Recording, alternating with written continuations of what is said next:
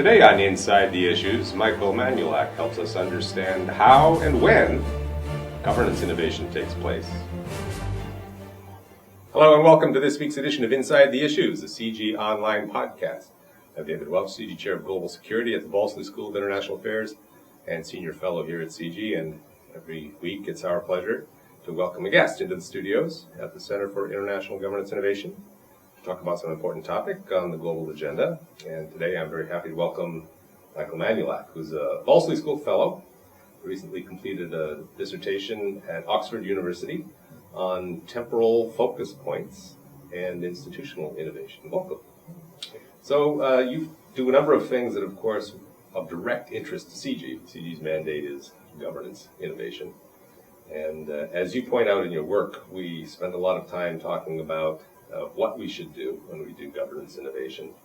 A certain amount of time talking about how you should do it, but almost no time at all talking about when it takes place and why it sometimes rather than others. So fascinating topic, and we can start there and perhaps touch some of those other issues as well. So your work is about temporal focus points and institutional change, and that's probably not a kitchen word that we use every day. So maybe you can tell us a little bit about what a temporal focus point is and why it's important.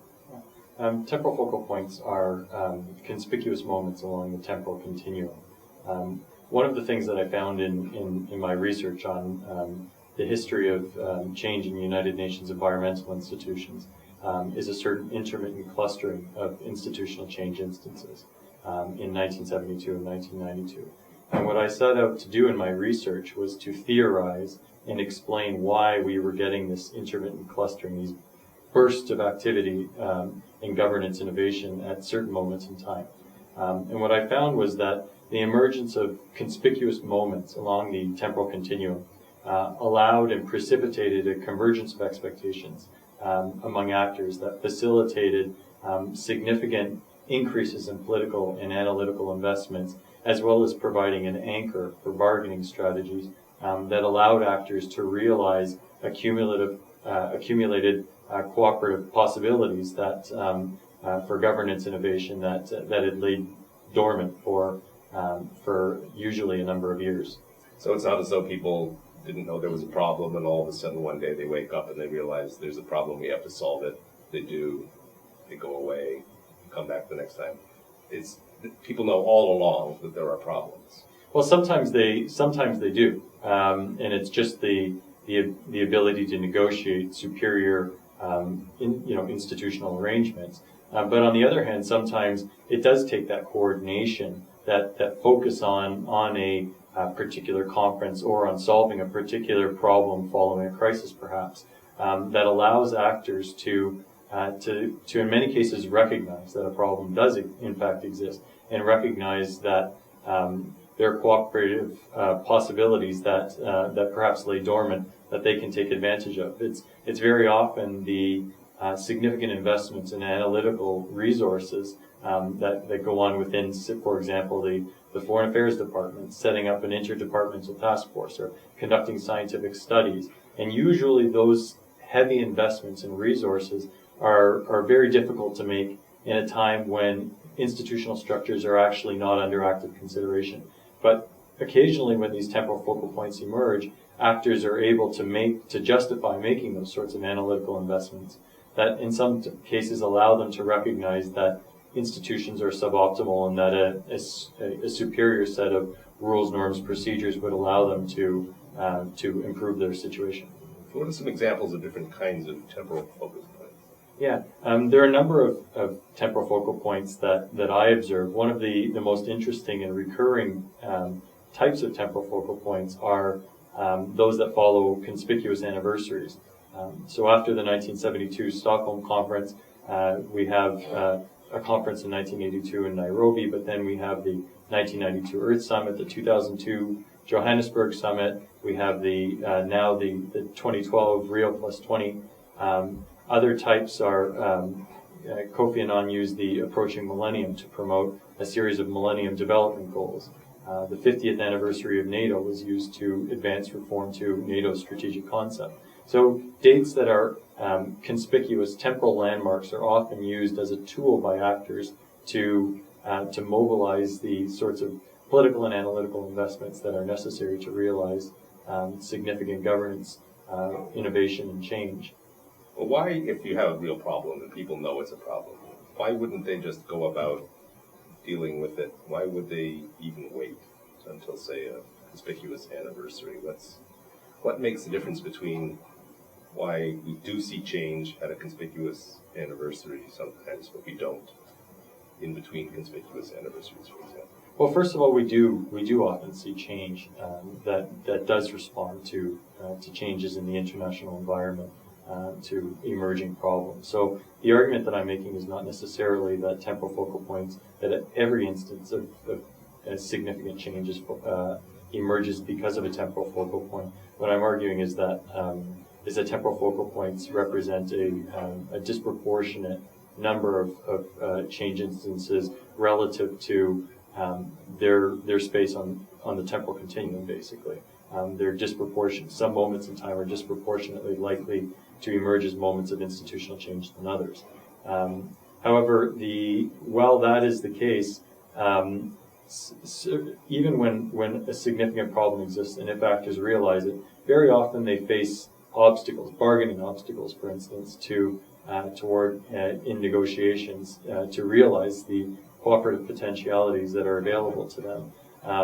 For instance, countries were very slow to embrace the emerging norms associated with sustainable development, which came from the Brundtland Commission's report, Our Common Future, in 1987. And one of the great difficulties was that the developing countries were concerned that by embracing sustainable development explicitly, then they would compromise their negotiating position and allow developed countries to control them in a sort of neo-colonial way. Whereas developed countries were seeing huge bills coming with increased development assistance. So there was this posturing by both sides that recognized that institutional change was significant, important, and sustainable development would probably be the next frontier in global environmental cooperation. But because of those bargaining dilemmas that they faced, both sides postured for a period of time. Very good. We'll be back again in a moment with Michael Manulak. You're watching or listening to Inside the Issues, a CG Online podcast. Look for us at cgonline.org, on Facebook, on Twitter, and on YouTube.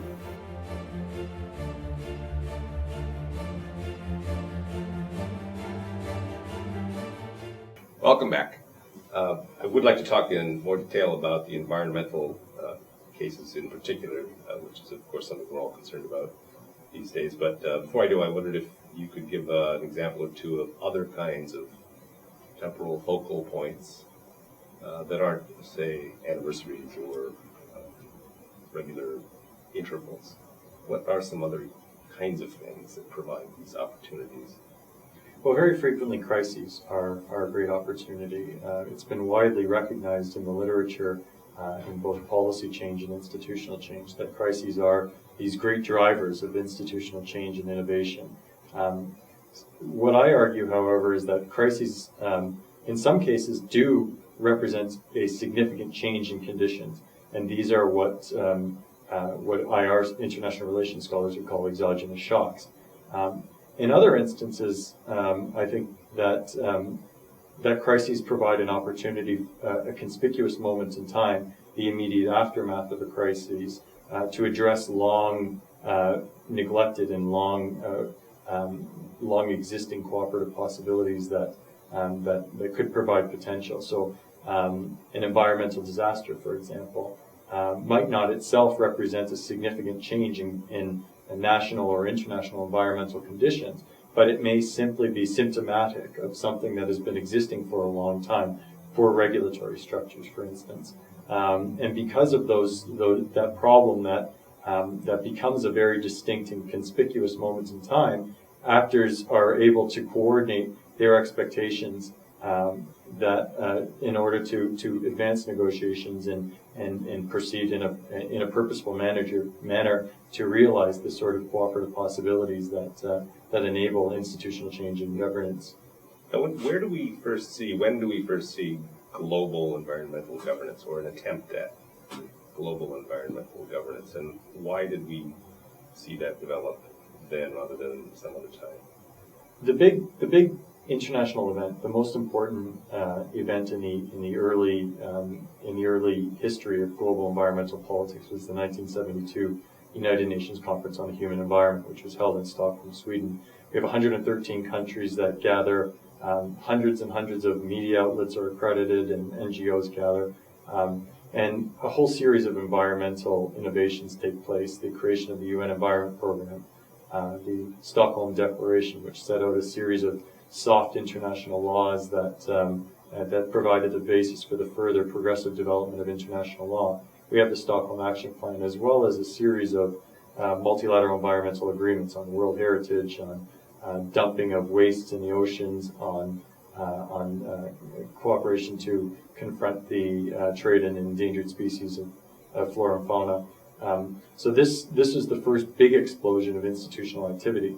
But what is so interesting about it was Stockholm was not the first attempt to address these problems, but really the sorts of problems brought about by technological development, by rapid increases in population, had been gradually occurring through, for decades really, but especially in the 1950s and the 1960s. And those began to present a series of problems like ocean pollution, like global climate change. We have the first recognition of climate change as a significant international problem in the late 1960s. So we have these mounting global environmental problems, and Stockholm provided the first significant outlet for the international community to adopt measures, institutional and policy measures, to address the global planetary decline. And would you describe Stockholm as having been crisis-driven? Well, to some extent it was, but not in an immediate sense.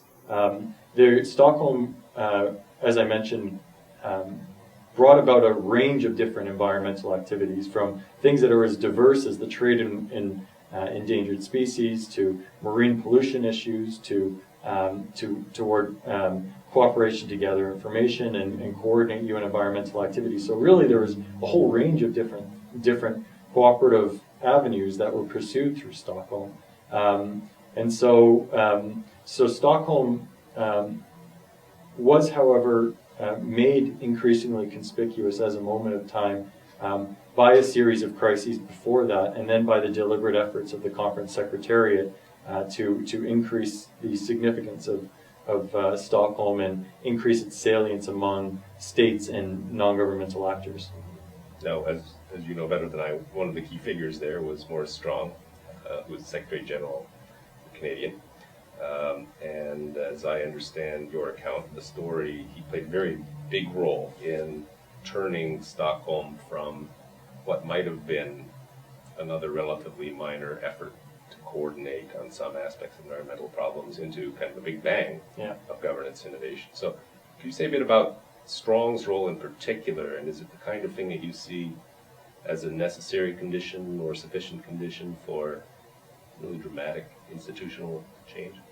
Yeah, Strong's role was, as you say, very, very significant. The Stockholm Conference was originally seen, when it was proposed by Sweden, as a basically technical affair. The first head of the conference secretariat was a Swiss engineer or scientist called Jean Moussard, who was the director of studies for the Stockholm Conference.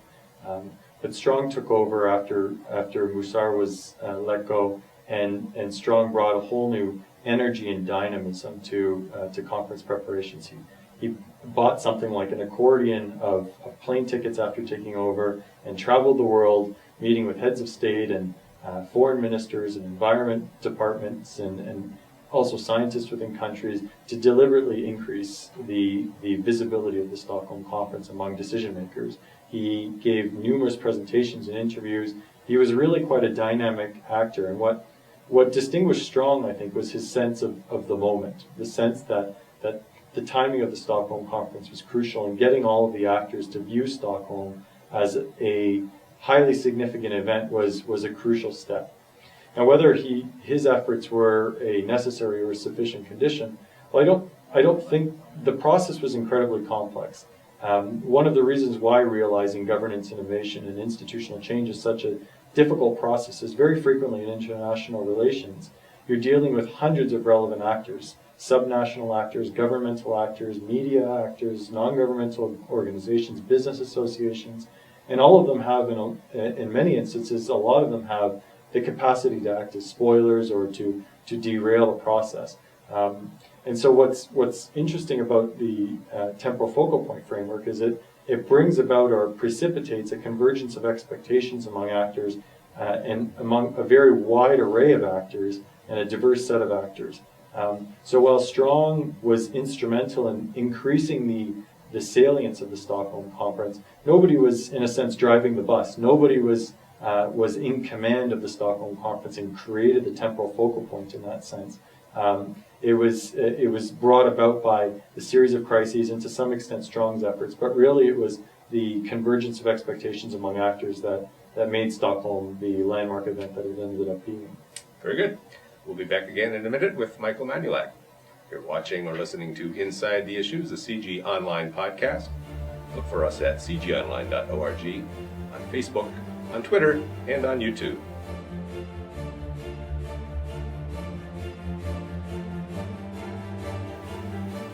Welcome back.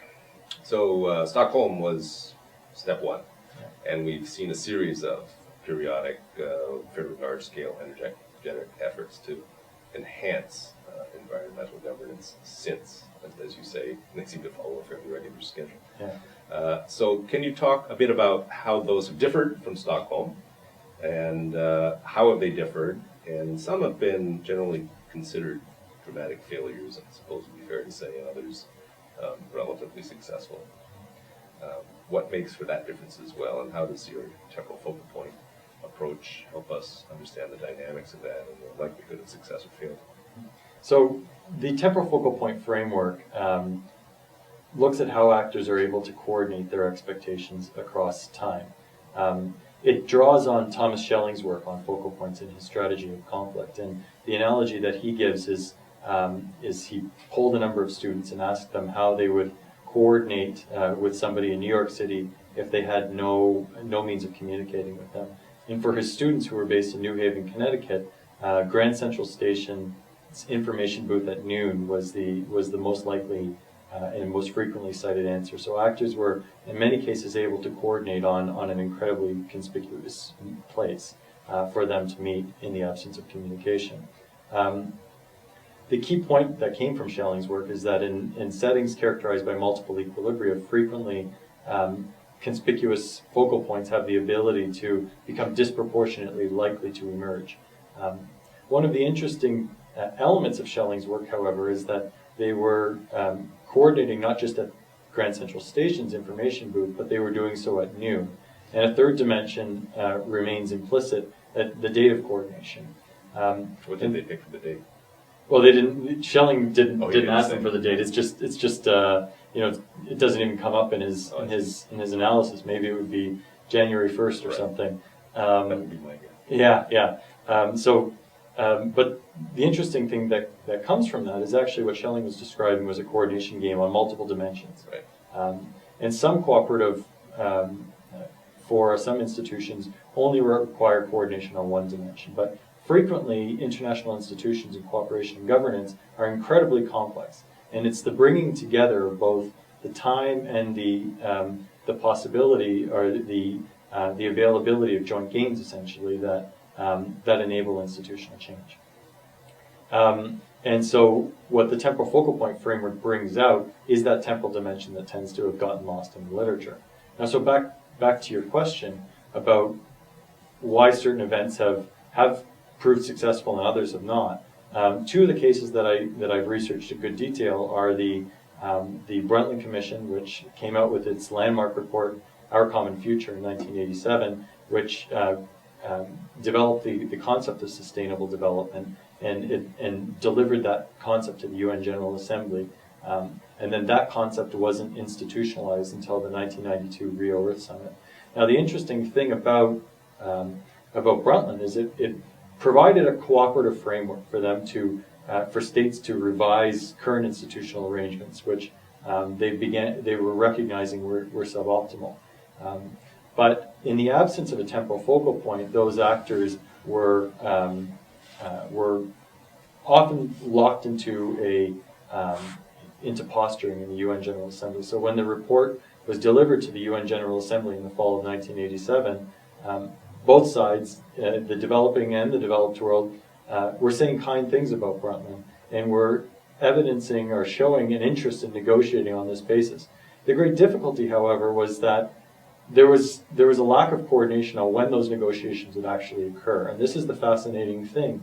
If you look at the speeches and if you look at the Brundtland report and the policy debates at that time, some actors were thinking that they would be negotiating at that General Assembly to institutionalizing concepts surrounding sustainable development. Others thought that negotiations would occur following the Brundtland Commission in the weeks and months and perhaps years that would follow. And still others were targeting a 20-year anniversary conference 20-year anniversary conference following Stockholm, which ended up becoming the Rio Earth Summit. And it was that temporal dissociation, the lack of a unique focal point, that caused the negotiations and locked the negotiators into a situation where they were essentially posturing, not wanting to fully embrace the sustainable development concept, yet saying enough nice things to let it be known by other countries that they were interested in examining sustainable development. Now, was there an actual negotiation about the timing of a follow-up negotiation? So the Brundtland report in Our Common Future, I don't remember whether it was contained within the report or it was part of the discussion in some of Brundtland's speeches, but there was a proposition that there would be a conference, a 20-year anniversary conference following Stockholm. It wasn't clear at that time that it would be Rio. It wasn't clear at that time that it would become the massive event that the 1992 UN Conference on Environment and Development ended up becoming. But there was an explicit discussion of that, as well as other potential avenues for negotiation, whether they immediately followed the 1987 General Assembly session or whether, in fact, they occurred at the General Assembly session itself. And do you have an account for why 20th anniversary of Stockholm was attractive at the end of the day and proved to be effective as a way of bringing everybody together and negotiating seriously? Well, it was a very interesting time. We had a series of environmental disasters in the 1980s that gave rise to the increasing impression among not just governments but by civil society and by media that there was a global environmental crisis. Of course, we had Chernobyl, we had Bhopal, and we had a series of environmental disasters in that period, as well as those things contributed to making the Brundtland report this huge international report. But then nothing really comes of it. Negotiations don't really go anywhere immediately following the Brundtland Commission. And in fact, a lot of people, I had an interview with several of the actors, and they mentioned that if it was not for the Rio conference, the concept of sustainable development may well have never been institutionalized within the UN system. But there was this suggestion, and then a number of countries took the initiative to schedule a 20-year anniversary conference of Stockholm. The expectation, of course, was not that they were going to end up having this huge Earth Summit. It wasn't even supposed to be a summit meeting originally. But the environmental disasters, and then again our friend Maurice Strong comes back and is recruited to become Secretary General of the Rio Conference, and off he goes for a replay of Stockholm, meeting other leaders, this time persuading them to turn Rio into a summit meeting. And we had more than 100 heads of state and government, as well as unprecedented media attention to that point, which really made the lead up to Rio, it became increasingly clear that this was going to be a very significant event. Very good. We'll be back one last time with Michael Manulak. You're watching or listening to Inside the Issues, the CG Online podcast. Look for us at cgonline.org, on Facebook, on Twitter, and on YouTube.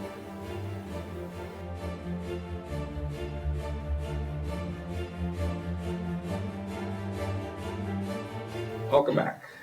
So, back to CG and its mandate, which is governance innovation. What does your work say about what people should do and how they should think about getting governance innovation going successfully?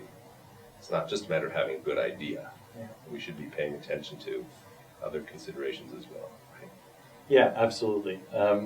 What the temporal focal point framework does is it begins to problematize time, and how actors are able to coordinate their activities over periods of time. And it's that overlap, it's those two dimensions, right? It's the Grand Central Station at noon that enables that. And frequently I think that there's too little emphasis within both international relations literature, but also perhaps within the work of policymakers to a general lack of recognition of the importance of time, the ability to get moments right, which is what Strong was really able to do. He was able to capitalize on these environmental disasters, and while he didn't himself cause temporal focal points, he recognized the importance of making events incredibly salient, meeting with media, meeting with giving presentations, giving interviews to magazines and to newspapers, going and meeting with governments, especially ones that were reluctant or could potentially be spoilers, both national and subnational actors, and ensure that conference was the one voice in the room, the one venue through which the set of environmental problems or the set of governance problems that faced the international community in the late 1960s and early 1970s, and then again in the late 1980s and early 1990s, that those conferences became the outlet, the only outlet, to realistically grapple with these challenges. And that's I think, an incredibly important case study in how entrepreneurial actors, are able to influence events without even influencing the substance of negotiations in a really substantive way. Now, is it possible to engineer timeliness, or is this a matter of luck? I'm thinking, for example, two things CG has done. One it has done, one it is doing. The first, the G20. CG was very instrumental in helping the G20 take off. But in part, one might argue it got lucky in terms of the timing, because there just so happened to be a global financial crisis at the time. The G20 was an idea there ready to be tried. And the current project I'm thinking of is CG's Internet Governance Project. And people, for a while, have recognized that it's time to have a global conversation about how the Internet is governed. But Edward Snowden was a bit of an unpredictable lucky break for those who wanted to really energize that conversation. If you're lucky, but is there a way to engineer timeliness, or is it just something you have to hope you will encounter when you've got your good idea to promote? I think that there's a way to increase the salience of certain moments in time, increase the conspicuousness of conferences in the way that Morris Strong was very good at doing. But at the same time, he did not engineer these successes that came. As I mentioned before, prior to both the Stockholm and the Rio conferences, there were a set of very highly prominent environmental disasters. So they are the Edward Snowden and the global financial crisis that really enabled him. There was this gust of wind, and Strong was just really able to capture that gust of wind at that right moment in time. I don't think the effort of bringing about a convergence of expectations and having all actors regard an event as important, and because all actors realize that they regard an event as important and they believe that other actors regard an event as important, that is something that probably is a process of social engineering that is beyond the capacity of any one person or government, but it's something that to some extent comes about by accident, and then it's the ability of certain actors to do what they can to sort of capture that moment and bring about the coordination that is crucial to ward institutional change. Or you can sell a coming anniversary as a obvious time to reflect back on something and improve it. Yeah. Are there other things you might seize on that you could anticipate, short of being just outright lucky, other than an anniversary? I suppose leaders might schedule a trip or a tour and then telegraph that, and then hope that actor expectations converge around real negotiations during that kind of thing. Yeah, I mean, there are those possibilities, like with anniversaries, and I think I already mentioned the Millennium Development Goals were used. Perhaps the 100th anniversary of the Paris Peace Conference will be used as an avenue toward seeking solutions for intractable conflict. But those processes are again capitalized, and actors can do the best that they can to signal that perhaps they consider an event important, but nobody's in a sense driving the bus again here. It's a process that is incredibly decentralized and pluralistic, but it's creating those, how do norms take off? How do norms spread in the international system and provide a basis for changes to international law or institutional arrangements? Well, they spread through socialization and through diffusion of ideas and causal stories, but they use a number of channels to diffuse and to become crucial ideas within the international system. I think temporal focal points are a bit like that they spread and they become important in an incredibly decentralized manner.